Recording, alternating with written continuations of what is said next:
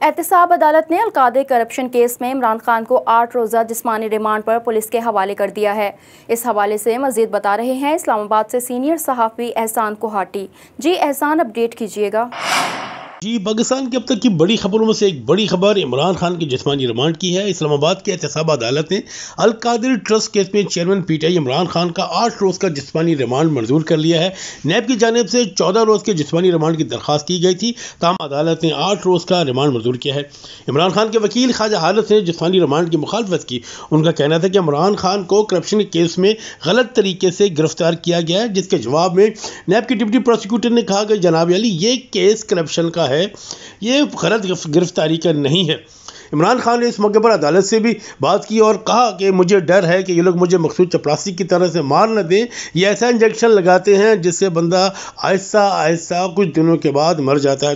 عمران خان نے شکوہ بھی کیا، شکایت بھی کی کہ مجھے 24 گھنٹے سے انہوں نے جگا رکھا ہے، مجھے سونے بھی نہیں دیا گیا اور مجھے کھانے کو بھی نہیں دیا گیا۔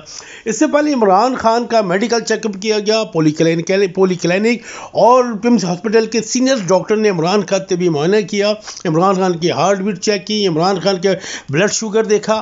تمام علامات دیکھنے کے بعد ڈاکٹر کہنا یہ تھا کہ وہ مکمل طور پر صحت مند ہیں، تاہم ان کے جو پیشاب کے نمونے بھی لیے گئے ہیں اور ساتھ ہی جو ایکس رے کی رپورٹ ہے وہ بھی تک ڈاکٹرز کو موصول نہیں ہوئی تھی، اس کے لیے بھی انہوں نے آگے لیبارٹری کو دے رکھا ہے۔ اور دوسری صورتحال یہ ہے کہ اس کے ساتھ ہی ساتھ سپریم کورٹ میں بھی عمران خان کی گرفتاری کو اور اس کیس کو چیلنج کر دیا گیا ہے۔ درخواست وہاں پر بھی دائر کر دی گئی ہے اور درخواست سماعت کے لیے منظور بھی ہو گئی ہے۔ جی بہت شکریہ احسان کوہاٹی آپ کا۔